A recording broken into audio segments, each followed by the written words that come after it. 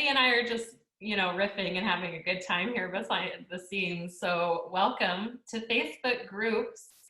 We are here and we're just going to wait for everybody to kind of start attending and flow into here before we get started. My name is Crystal. You've seen my face a lot this week. I am the owner and founder of Serendipitous Traveler, but I am also a marketing strategist for Kinship Vacations. And I am joined here by the lovely Wendy Livingston Booth. She's like one of my favorite people. Wendy, I'll let you go ahead and introduce yourself. Excuse me, I just was coughing. Not because I'm sick, just because I had a drink of tea. No, but you have to really qualify yourself now. Crazy. Or I could say it's because I have allergies. So yes, hi, I'm Wendy Guth. I am founder of Rebel on the Go Travel. And in the normal world, under normal circumstances, I create real, radical, life-changing travel experiences for rebellious women. And I actually have been in a transition period in terms of, we just moved stateside a month ago from Guantanamo Bay, Cuba. And now we're at Naval Station Patuxent River. So it's a big welcome home party for me the last month. Yeah. Ashley says, I'm so glad you got out of Cuba before this started. Maybe you have mixed feelings about getting out of Cuba before. Well, I did up until last week. I would have been happier to be there. But the past week, things have changed there. So I am happy to be in Southern Maryland. Yeah. A very cold day today, but hey. Well, come on down here. It's a beautiful day in Texas. It's a crisp 60 degrees, but it's going to get up to about 75 today. So this is the weather I've been waiting for. Prior to this, I was in Chicago and we were in sub-zero temperatures. So this is crazy.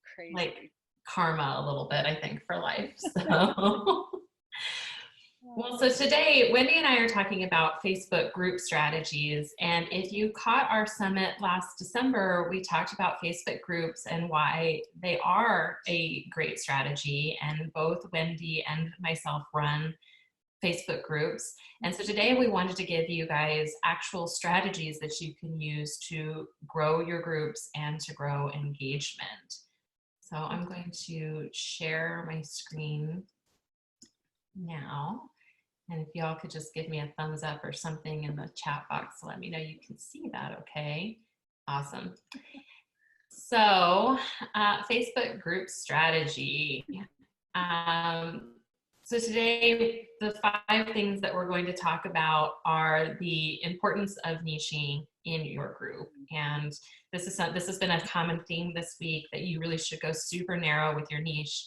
It's why I love Wendy. Her Rebel on the Go is a very, very specific niche, and she does a beautiful job explaining that every single time she talks about her brand.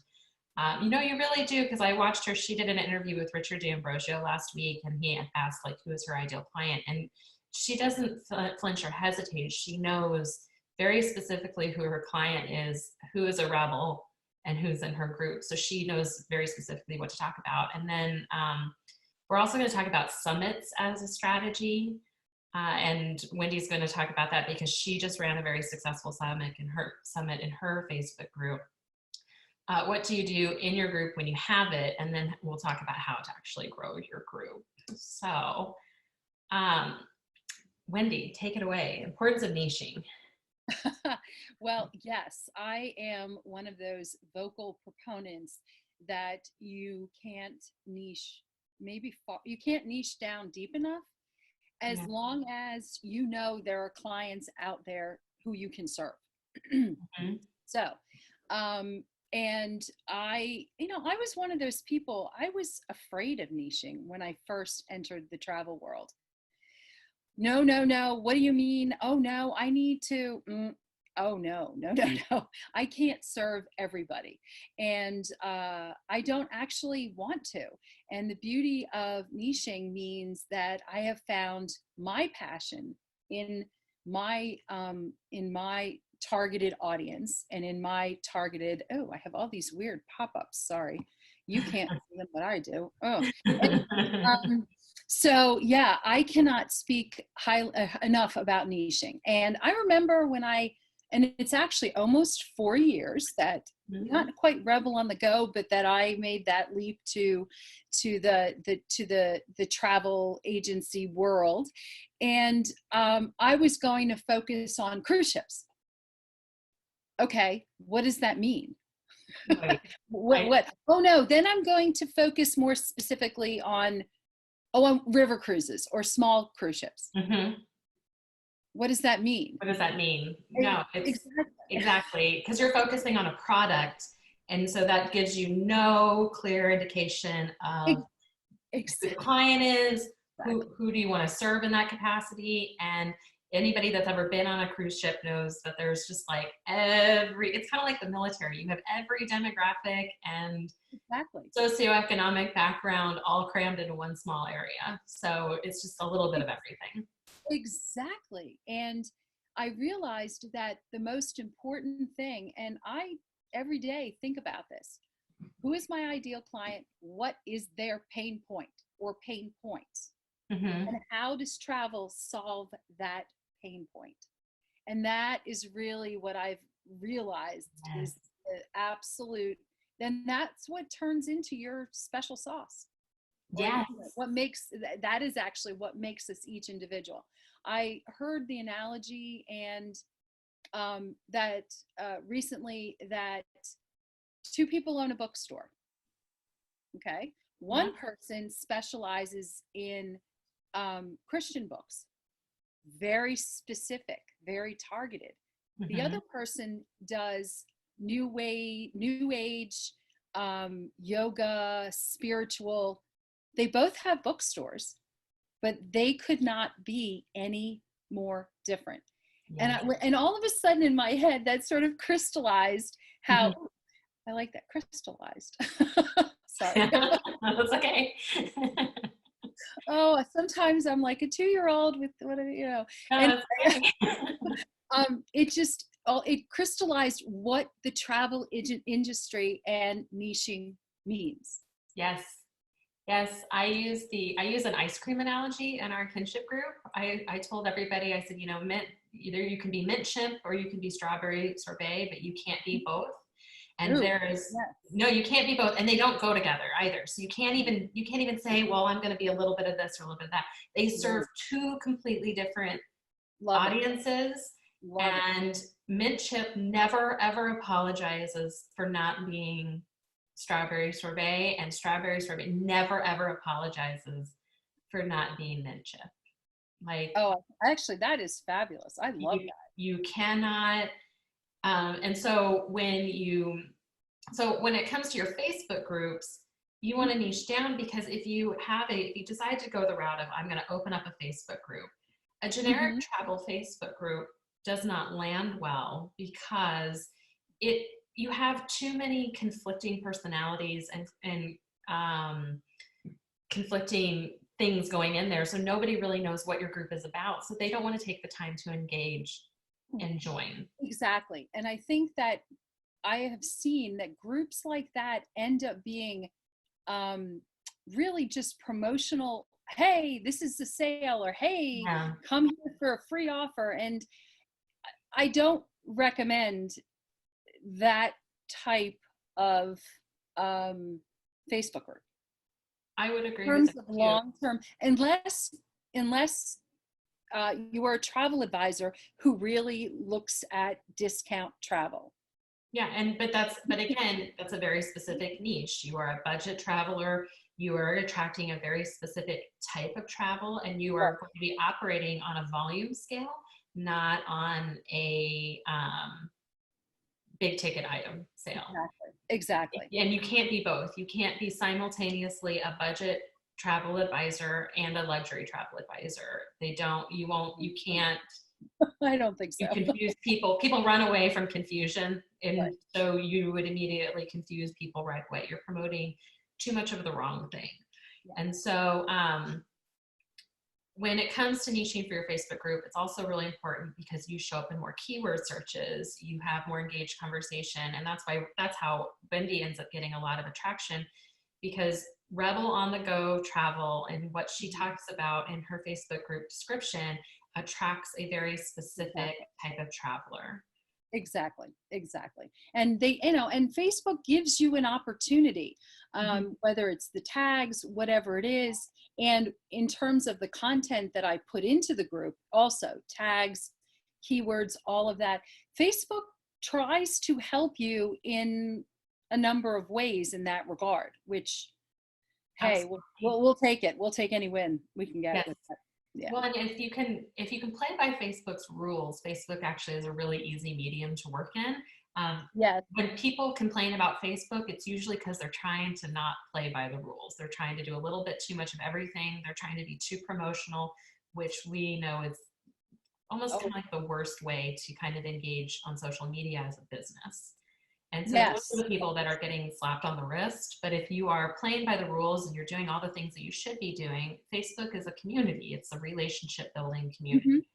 Hmm. And especially with all of the things that have been politicized in the last couple of years, Facebook really does try to, I mean, if you looked at any Facebook ad campaign for Facebook, they really want to emphasize the community.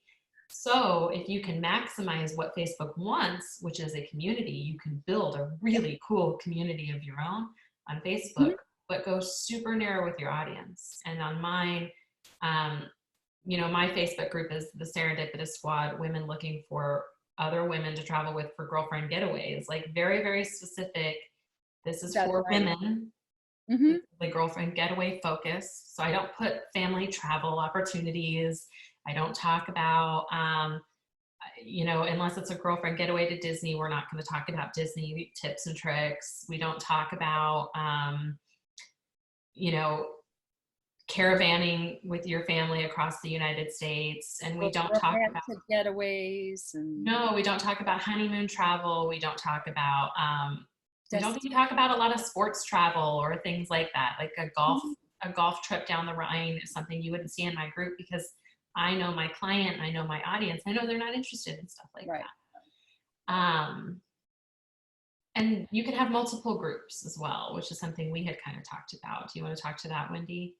Sure. And actually, so what I will do is I will have my main my main group, Rebel on the Go. Mm-hmm. Now, when I do say, excuse me, what I call like a Rebel adventure, where I do or I'm leading a group, I Mm-hmm. will do a separate private group for the people who are part of it. So I have one that's for a Virgin Voyages cruise in October.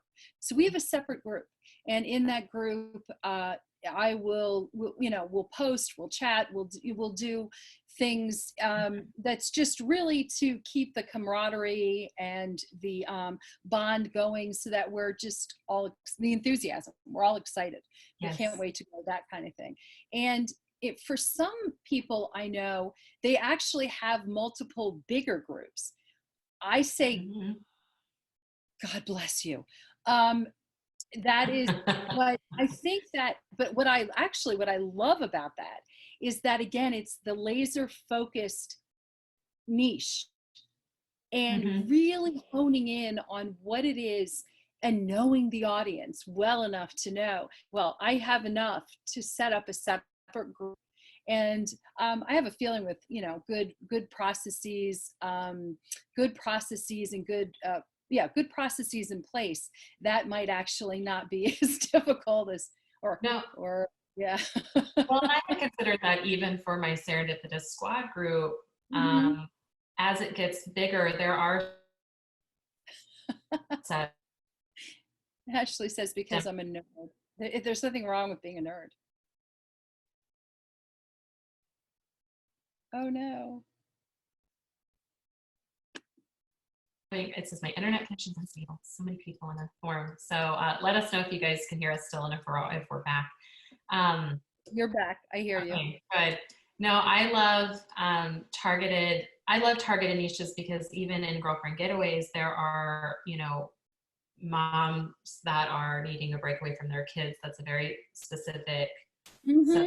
Hmm. There are those that are interested in only culinary or experience, experiences, only wellness experiences. And so even in my mind, there are different subsects and groups that can rotate with this. Another good example I've seen is, oh, sorry, go ahead. Oh, I was just going to say, have you played around with the units within Facebook? No. And I'm watching you play around with that right now. Yeah. So Wendy is my teacher when it comes to Facebook groups.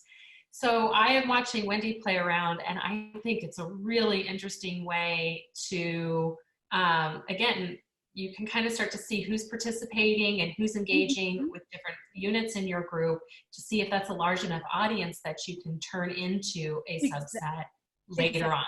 Exactly. And it allows for information and just to be a bit streamlined, which which I like, because sometimes a lot of it can just be a little unwieldy. But yeah, and actually I've thought about if a particular unit or a particular topic does become very popular, I have considered doing what you had suggested and pulling it off and going off into another direction. Yeah.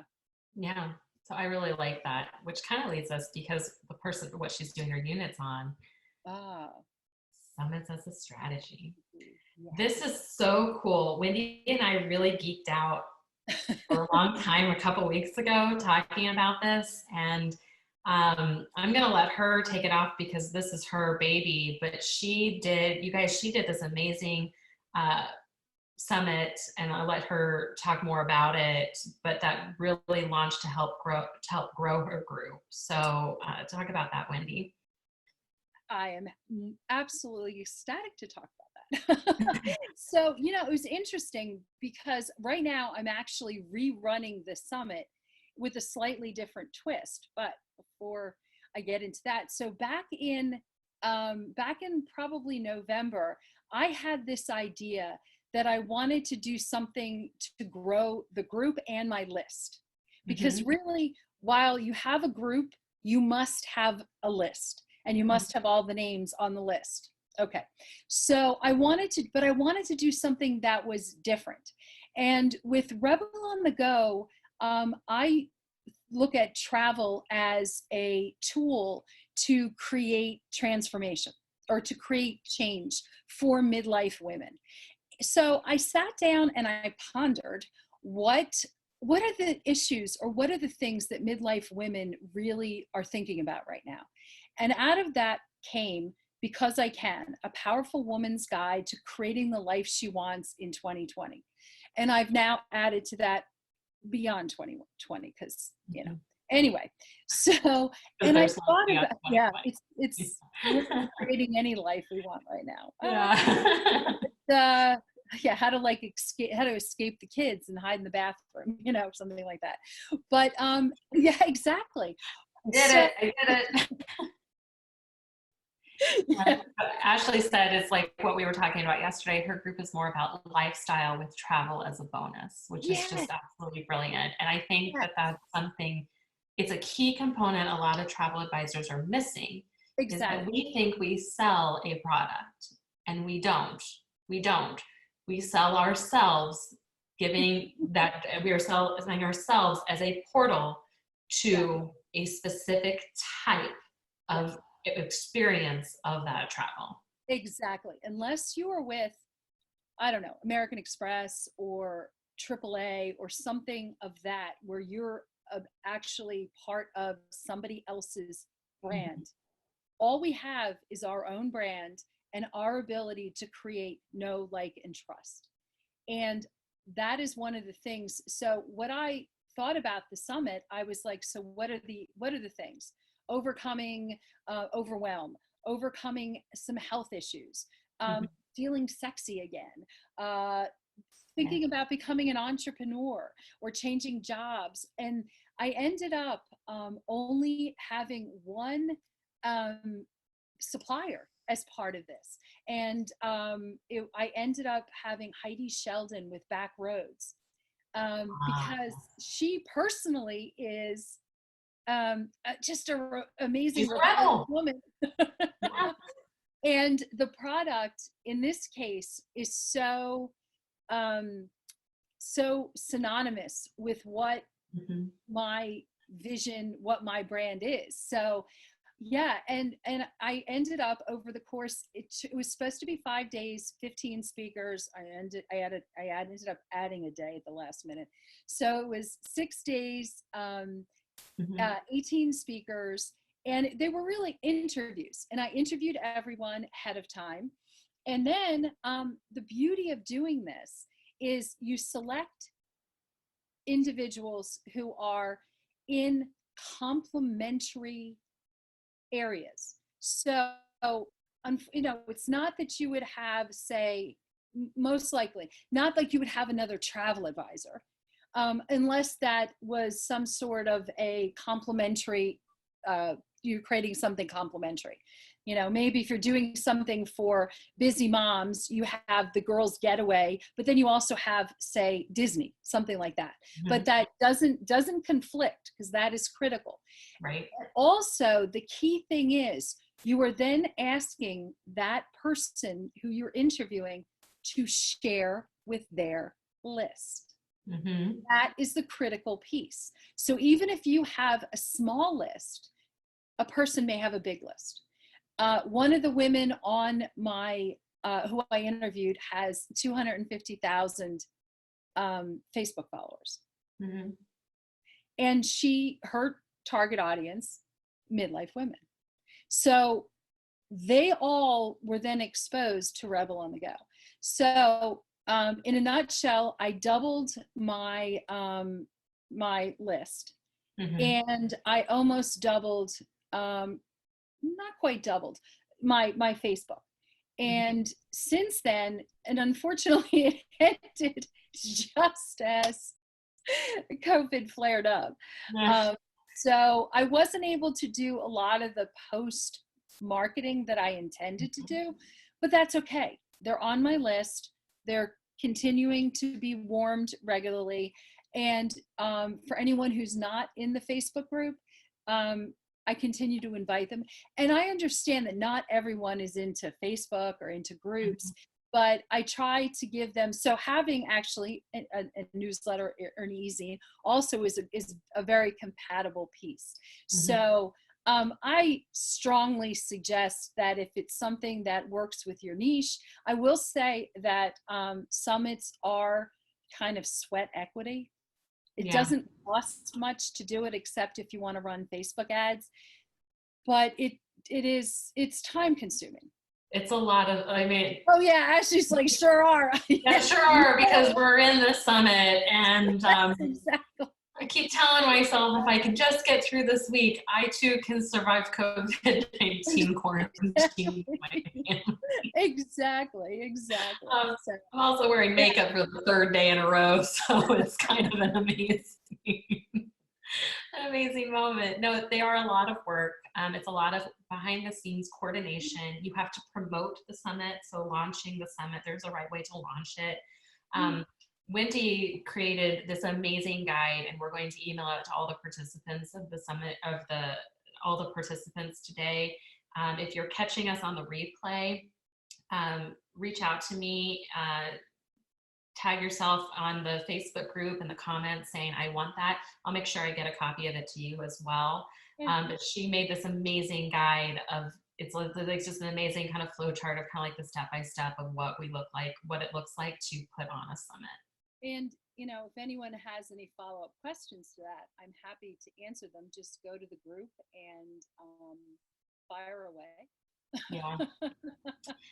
So the beautiful thing about summits as a strategy, and what we had talked to, was there are so many things. Wendy had kind of started doing it with reminiscing old vacation memories with a friend. She sat down with a friend and she interviewed them about, it was a friend that they had gone to Scotland together. And so they basically reminisced about Mhm. their holiday in Scotland, and shared photos and shared stories from that vacation. And it got a lot of great engagement. But Mhm. in that moment, again, when we're talking about it from a strategy, it helps encourage and inspire the wanderlust spirit.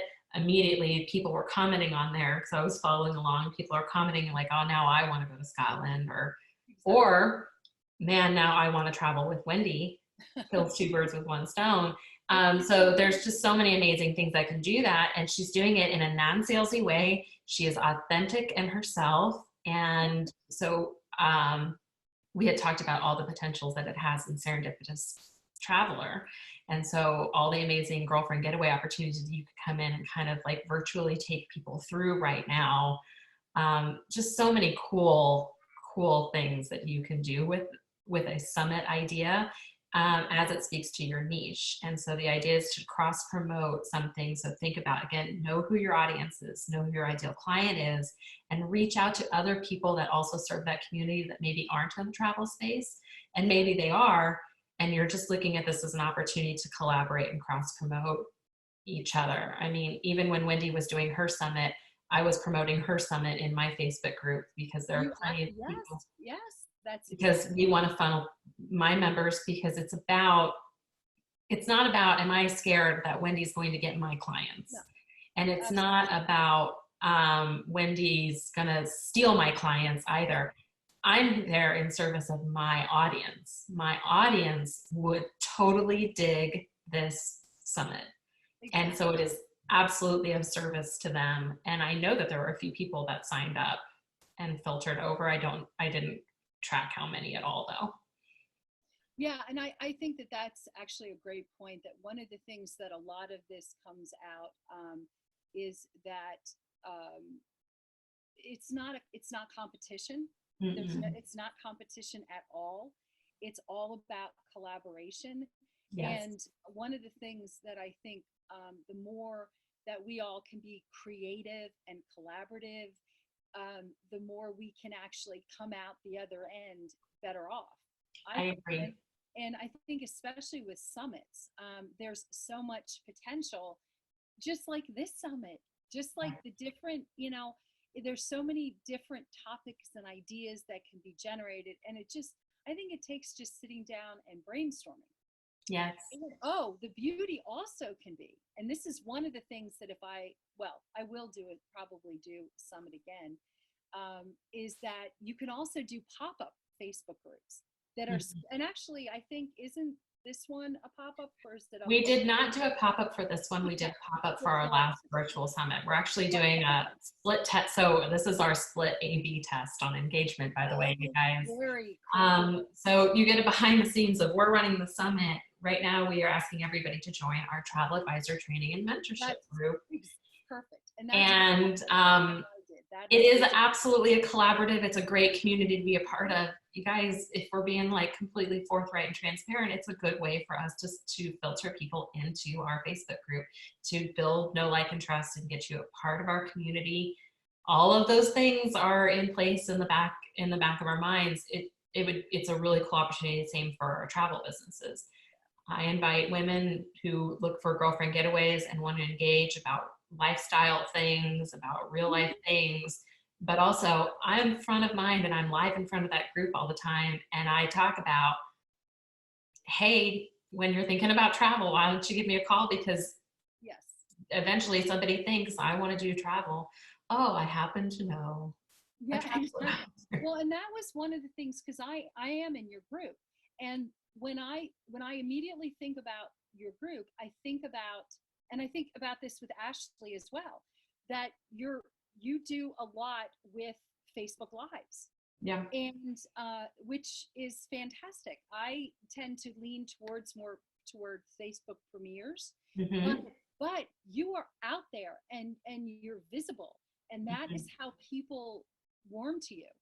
Or and people ask, well, what if they don't? Well, my answer to that is, they're not your ideal client. And that's actually a good way to weed out people who take up your air, but are not positively.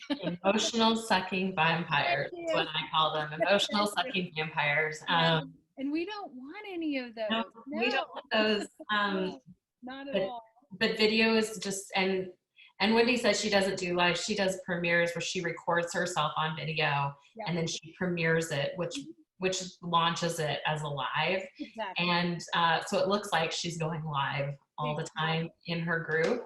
But the effect is still the same. The idea is we have a video and you're seeing authentically Wendy herself on her, usually on a kayak somewhere. Not anymore. Not anymore. We're just Not going to anymore. find a lake that we can, we can't kayak the Potomac. Yeah. So she goes out and she does video and she launches that out. So yeah, she doubled her list with her last virtual summit, which again, it's all about the list building. It's all about filtering people onto your list to build engagement. You're going to say it over and over and over again. And actually, that is exactly, to a large extent, I got used to doing premieres because I was sitting in a kayak and I was afraid that if it capsized or something, things would shoot out my mouth that I didn't really want the Facebook world to hear. So we're working on that.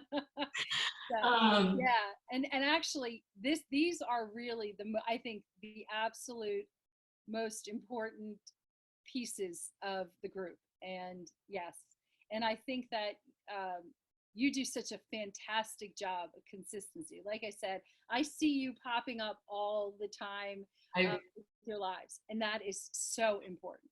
So yeah, that's it. You have to engage with your audience. Consistency is key. I see way too many travel advisors start a group and then they don't do anything with it. And that's where things go to die. And actually you lose credibility when you do that. So if you're not ready to be consistent in your Facebook group, don't start a Facebook group. I had Serendipitous Traveler for a long time before I launched my group, and I kept putting it off and putting off opening it because I knew I did not have the time to engage with it the way I really wanted to. And now I have the time, and now I have COVID-19. So well, got it.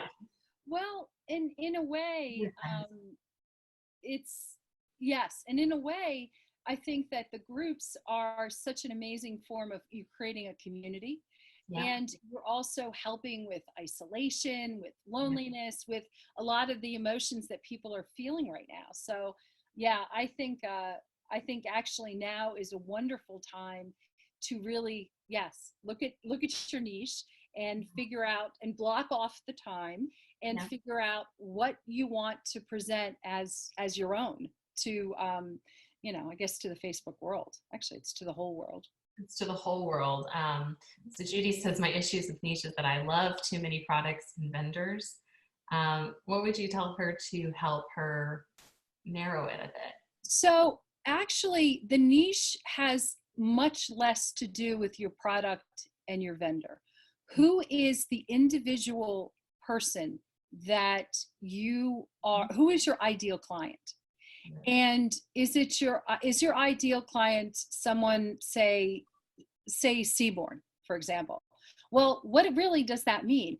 Well, that means it's a high-end traveler, high-end, high touch, probably a certain age group, probably a certain age group, a certain income, but they have to have a pain point. And what is that?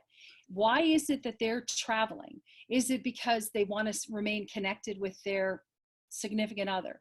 Is it that they're trying to get over the loneliness of being an empty nester? Whatever those particular points are, that's what you drill into.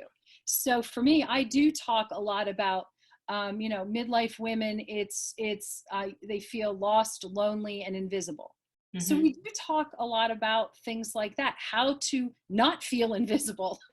And I joke around, for any of you who've been to military balls, how, I would end up having, every Marine would step on my feet. And I'm like, dude, I know I'm over 50. I'm not really invisible. Anyway, right. It became a joke.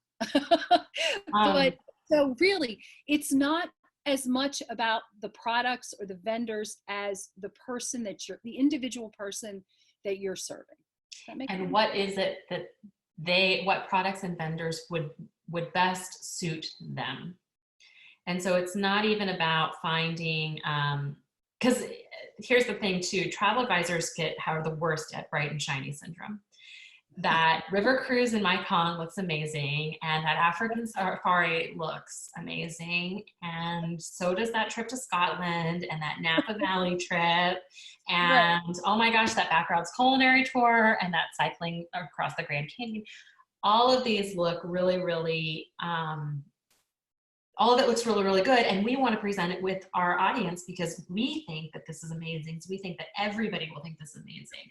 And it's twofold, right? One, not everybody has the scope that we do. They have a much more narrow scope into what they are aware of the opportunities out there. So it's about feeding things slowly. It's also about it's a sales strategy too, you guys, because when you give somebody, have you ever given your toddler, taken your toddler to the toy store and said, pick out any toy in the toy store? It's a nightmare because they don't understand the scope. They don't understand the budget. Mm-hmm. They have an unrealistic budget. They immediately go for this amazing thing that is out of everybody's reach. They also have a hard time making a decision. And so when we go, we tend to, so like we bring my daughter to this because this is an exercise we try to do with her about trying to get her to make decisions, right? So it's about explaining, okay, you can pick anything you want, but it has to be within this scope and within these three things because I know you, because I know her.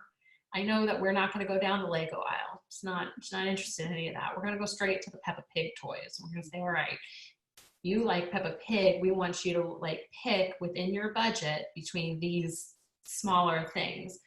So it's about narrowing the scope for your clients sometimes too. It's about knowing my clients so well and know that, yeah, an African safari would be amazing for them. A majority of them don't have the budget to do that.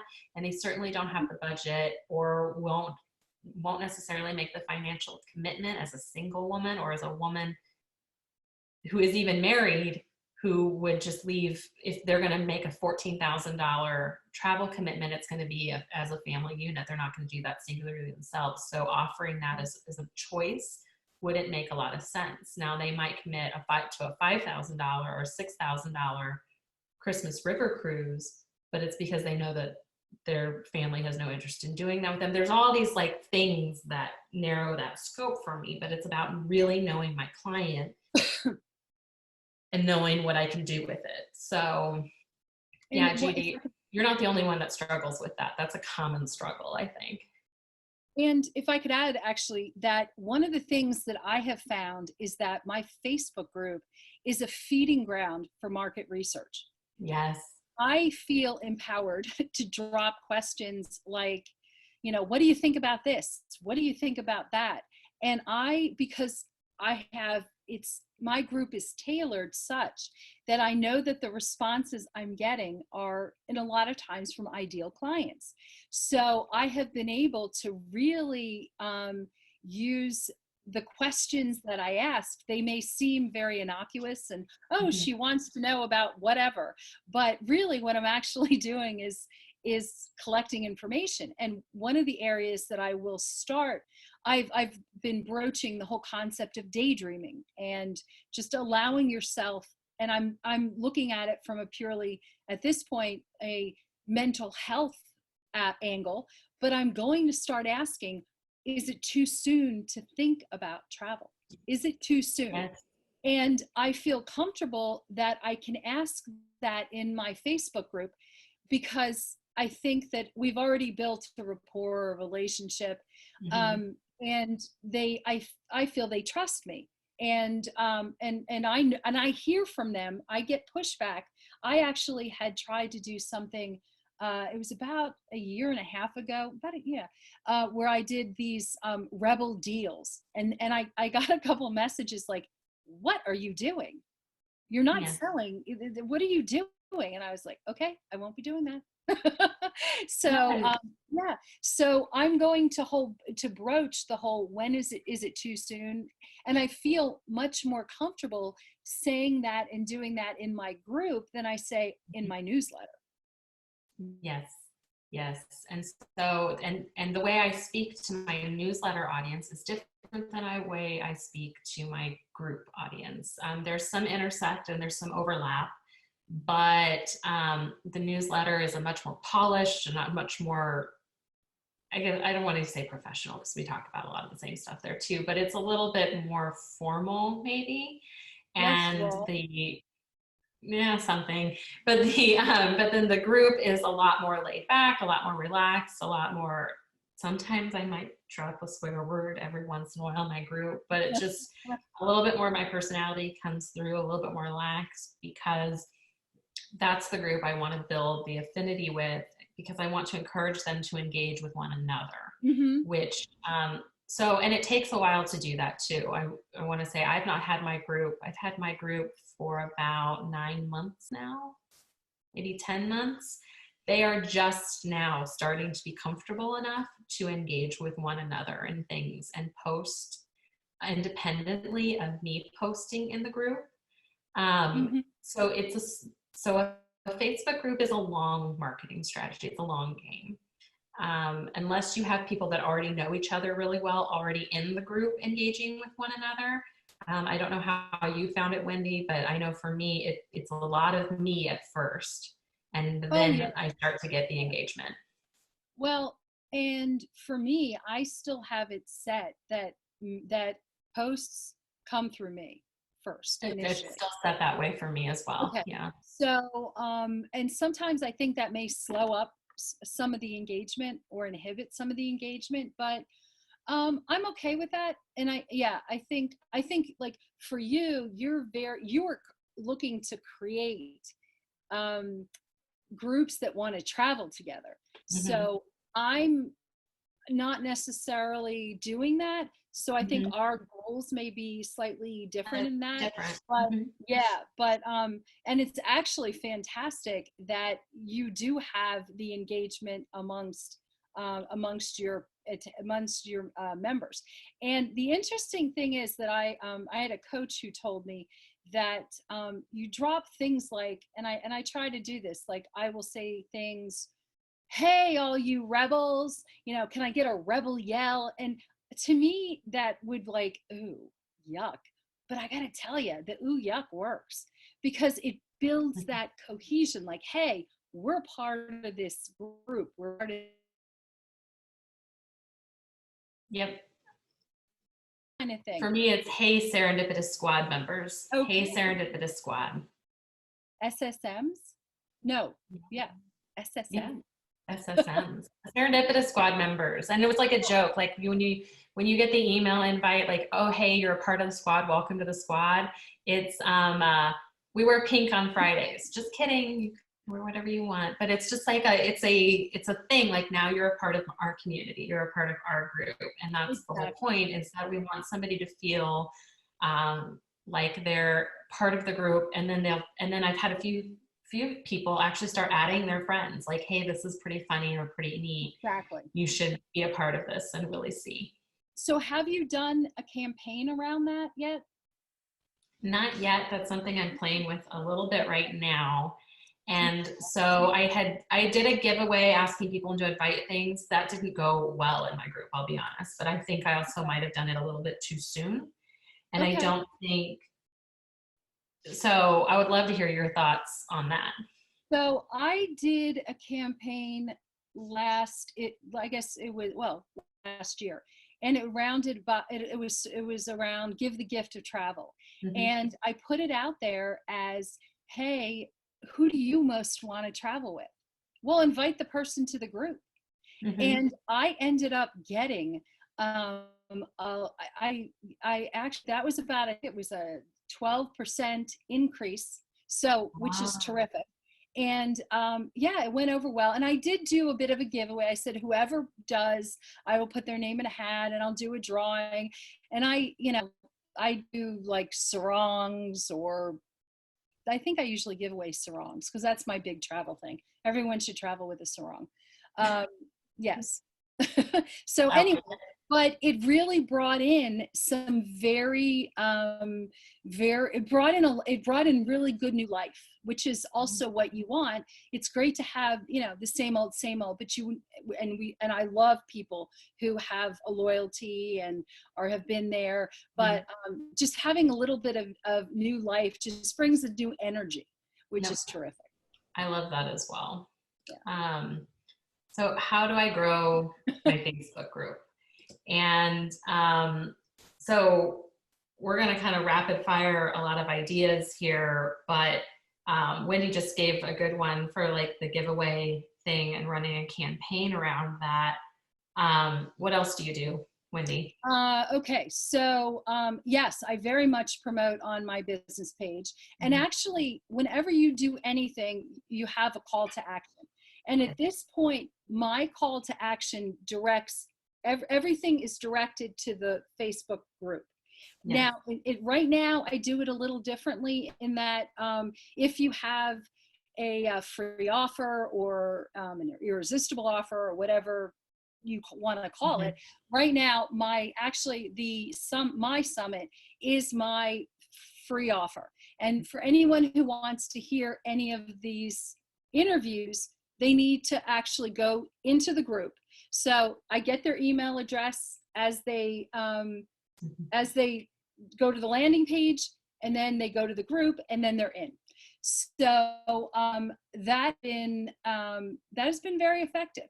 And I promote it on LinkedIn, on Instagram, on my business page. I have a little thing even on my personal page, which I advise never to promote on because it gets your hand slapped. So I've done guest interviews. I mean, I've done a lot of these things. And I think the key thing is to figure out what you are most comfortable with. Is it writing? Is it speaking? Is it interviews? Whatever it is, focus in on just a few to start with. Try them out, see if you like them. And the beauty is that we have the ability to pivot really on a moment's notice. And I think that actually every one of these strategies has great benefit. I've run a challenge. I did a challenge on, what did I do the challenge on? Bucket list challenge. That one's a little harder just because it requires people to come in, every day or whatever, but it was fun. I enjoyed it. So, and the one that I really am hoping to dive into soon more, do you do Pinterest? I have dabbled a bit in Pinterest. I do not use Pinterest to its full potential. And so I know you're going to kind of touch on it tomorrow, I think. And I'm really focusing on doing more of, how, because all it is aspirational. And really, that's what travel is too. And so I think that Pinterest is a really cool market if it's used effectively and if it's used intentionally.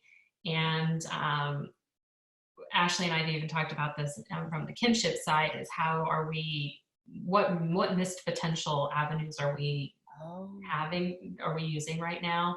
And so I think Pinterest is absolutely a big one that's not getting used quite effectively because there are so many aspects of Pinterest that we don't think about as businesses. And actually, so for when you had said that, as when we were talking about this class and you had said post on Pinterest to grow the group, that had never occurred to me to grow the group.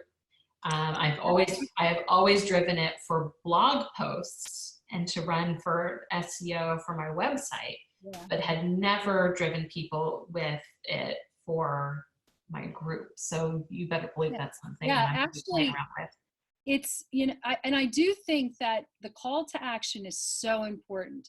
And what I've tried to do is, is that have, whether it's a 30-day plan or a 90-day plan, have a specific call to action.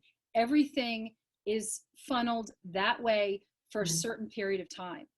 And I definitely do it for 30 days. I'm trying to stretch it to 90 days. And that way you really, and you can test. You can test like crazy that way. So, and you can use a call to action to your group on like everything. Yeah, I think that the call to action is important because in mine, a lot of my Facebook posts are, are you looking, because a lot of it's permission stuff for Facebook page, right? Like you deserve a girlfriend getaway, you deserve a thing to travel. If you don't have somebody to travel with, you should be joining our squad. Our squad is the best link out to the group. Right. When I do my IFO as a Facebook quiz, which is a lead magnet to try and grasp emails, but I have the option for you to skip giving your email to get to the results now.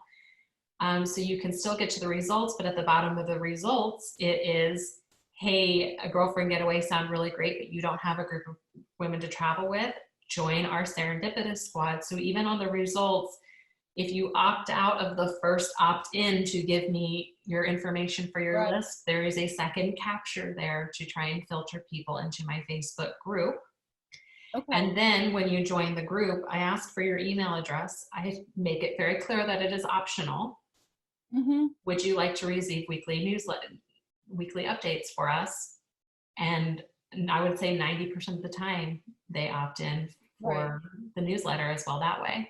Now, on your thank you part, do you do a video that says, hey, join my group? No, but that's something I really have been playing around with as well, because I keep saying the Always Week video is the thing. I have been playing around with more like video join my group just on Facebook, which has worked really, really well. I'm going to create a video that goes onto my website, onto the thank you for my landing page, but also I think that video should be in your About Me section of your website. Yes. I think it's just something that we should kind of incorporate in all of these aspects and mediums. Yes. And then throw on videos of like video streams of like girlfriend getaways and things like that, link out to things. So there's so many different layers of this that you can repurpose content and use. But the idea is, when we say, you know, I've been saying all week, your idea is to grow your list, grow your list, grow your list. My Facebook group is considered a part of my list, and I don't consider followers of my Instagram or followers of my Facebook page as on my list, because that's a very passive way of doing things. But my group is where I can actually actively get two-way engagement. So I do consider that as a goal when I say grow my list. Right. Yes. Though we always know that somebody owns Facebook, and it's so if you have any way of making sure that the lists you have in my list, that's why we ask for the email capture when they come into the group. Exactly. And then we do a lot of engagement opportunities, and we also share copies of the newsletter in the group so they can see this is the stuff you get when you join the list. It's valuable content and information. And I know someone who actually has a very successful Facebook group. She's not in the travel industry, but what she does a lot of Zooms. She does a lot of coffee chats and happy hours and stuff, just so that her group can interact. And what she does, in order to get that Zoom link, you have to give your email address. You have to register. Kind of like you had to do for this webinar. Yeah, exactly. So yeah, exactly. So and that's actually something that I look forward to dabbling with more in the group, is just to bring people together to talk about travel. Yeah, I think there's really cool opportunities for all of that. So that's a whole different other summit topic, is like different video things that you can use for promoting your business. But for like growing your Facebook group, it absolutely is a cool tool to use, because when Wendy gets on her Rebel on the Go Facebook page and she talks about her group community, people are very much gravitated to that because of the passion that she exudes when she talks about the group and the things that they talk about. And then the opportunities that are exclusive to group members, like access to the summits, things like that. Exactly. And for when you're part of, if you're part of a host agency and then there's a consortia, you can share. I only share information about the consortia inside the group. So I do have a video, and I think, I do have a video that talks more about that. And also when you enter the group, you can see this is what you get. So yeah, I've played around with that as well as just as an incentive. Not that, you know, just like you, I mean, they join just for our bubbly personalities. Absolutely. But, you know, sometimes they're looking for, because and I always tell people, like, Serendipitous Squad members get exclusive opportunities. They get first Mm-hmm. rights to our group trips. They get, it's not, I don't do the discount thing, but I do promote, again, like, because people want to be special and they want to be part of a community, That's and right. they want to have first dibs on stuff. That's right. And so That's any opportunity to kind of have that edge, people That's will right. gravitate towards that. And if they're your ideal client, they're going to gravitate towards your edge or your opportunities because you have tailored something very specific to them. That is exactly right. Exactly. Well, I think that covers everything we were going to talk about today. Does anybody have any questions before we wrap this up? So far, nothing. Well, Wendy, what are your closing thoughts today? Well, let's see. I will say, I will put myself out there and say that having a Facebook group, I think, was probably the best decision I made for my business. And I will say that I did this primarily because I was isolated, Mm-hmm. more isolated than Guantanamo Bay, and running a business did not allow me anything besides social media. Yeah. And and it has been a wonderful experience in terms of just growing my audience. Also, hey, I filled my block for a Virgin Voyage cruise within, what was it? I think it was within 2 weeks, and it was just members of the group. Mm-hmm. So that alone showed me that there's a lot of power that can be had. It is time consuming, but I think it's a labor of love, and I highly recommend it as part of an overall social media strategy. I would agree with that. I don't, and for me, it doesn't feel, it's a labor of love, but it's easy because it's a matter of scrolling through my feed and going, hey, Serendipitous Squad people would really kind of dig that, and sharing it with them. Exactly. And it's little things. It's funny memes that I think that they will really relate to. It's interesting travel articles that I think they will relate to.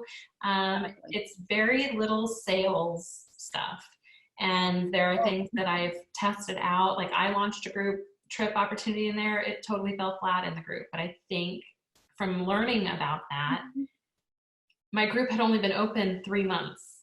It really needed to ruminate and grow for a while to build that affinity in that community. Because like I said, 9 months later, just now they're starting to interact with each other.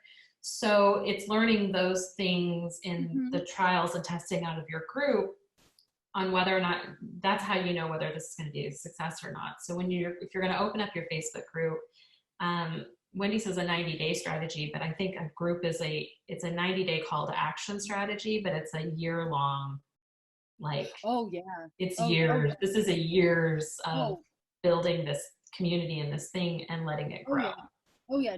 I think, the call to action is short term. The group itself is definitely, it's a long ball. I don't think it's as long as like Instagram. No, but because you build know, like, and trust faster in that group community, especially if you're doing video. Exactly. If they're hearing from you, if they're seeing you, those are the critical pieces. And I know right now I have a number of people who are celebrating their 2nd anniversary in the group, which now that I have time on my hands, I need to do something about it. I need to have a big birthday party. Yeah. But or anniversary party. But and it is, but I think, again, with a really good niche and a really good focus, I think it's a wonderful way that is cost effective in terms of growing your presence. And I think, to the niching point, Wendy and I have a little bit of a challenge because our niche is women with a specific demographic. It's a specific psychographic, right? So that affinity doesn't warm to each other fast as say if you niched and you were, I'm going to use pickleball, and I know you hate that example because it's like Everyone, overused. It's yeah. this overused thing. But if you're, pickleball, people are going to relate and talk to each other because you're going to have very specific topics to pickleball. Don't start a pickleball group. But if you want to do square dancing or something like that, those people are going to communicate because you already have a very specific topic that they're going to communicate about. I'm looking at Lorelei when I think about this because Lorelei is a member, I'm going to out you, of the Daughters of American Revolution. And oh, how cool is that? Such a cool affinity group that you Yes. can start with somebody because you are a member of the group, you know the community, you know the things that they're going to talk about, but they are already a part of a community together. So that's a automatic affinity and an automatic relationship with each other that you're not going to have based on a psychographic. And which is pickleball. It's a really weird tennis game that people are like super into. The people that are into it are like very into it. And they love to travel. That's exactly right. They love to travel. That's right. So if you're thinking about other affinity groups, for affinity groups who want to travel together, it's easier to build that engagement in that Facebook group, I think, if you are also a member of that same affinity. So if you don't know what pickleball is, don't open a pickleball group because you'll be outed as an imposter immediately because you don't know what you're talking about. And so it's the same thing, but if you are already a part of a group that has a known affinity, a known love, I think Carol McKee is a great example because she was already super into the curling community. So she's able to bring together members of that community because they already have an affinity and she's already well in depth with that. So you can also think about things that you are engaged in your own community and build a group around that as well. Yeah, I think I remember sitting down and doing an exercise, which was write down everything that I'm passionate about, everything that I'm interested in, whether it was, Kenny Chesney or, the Beatles to kayaking, whatever it was, sit down, write it down, do a bit of Google searching and see, do groups exist? If so, what are their size? What is their focus? And then really focus on what you're passionate about because you do spend enough time, even if it's just a half hour a day, you're spending time in this group cultivating it. And whether you're passionate about it or not, shines through or does. Absolutely. Yeah. Yeah. And people want to be around people who are authentic and real. And this is a beautiful way, again, about the know, like, and trust because it shines through. If you are authentic and really love this stuff, it's obvious. Yeah. Yeah, I just had someone who said, why don't I do something more about Downton Abbey traveling? And I'm like, well, I can do something small in it, but do I want to set up a whole group now? Yeah. And I don't because I don't love Downton Abbey. I enjoyed it. It's not up there. I mean, I enjoyed it. I liked Downton Abbey, but I don't have like Outlander. Well, there are people, but you know what? Outlander, do you know how many people follow that? And I think, but again, if you are already really, really geeking out about it. I do. I geek out about it. But so that's like me and Harry Potter, right? Like I could like really. Exactly. Oh no. For Harry Potter. Oh, there we go. You made a funny one. Yeah, but see, those are the kinds of things. But that goes in, and I really do think that one of a really fun activity to do is doing one of those big brainstorming about all the different types of again, what are you passionate about? What are you interested in? And figuring out which direction you want to go in. And it's also, it can be somewhat especially if you're interested in certain, say, suppliers or vendors. What you do doesn't mean that you don't sell their products and services. Because if you have a group, like I've gone to Backroads and said, hey, I want to create, I have a demographic, it meets your demographic.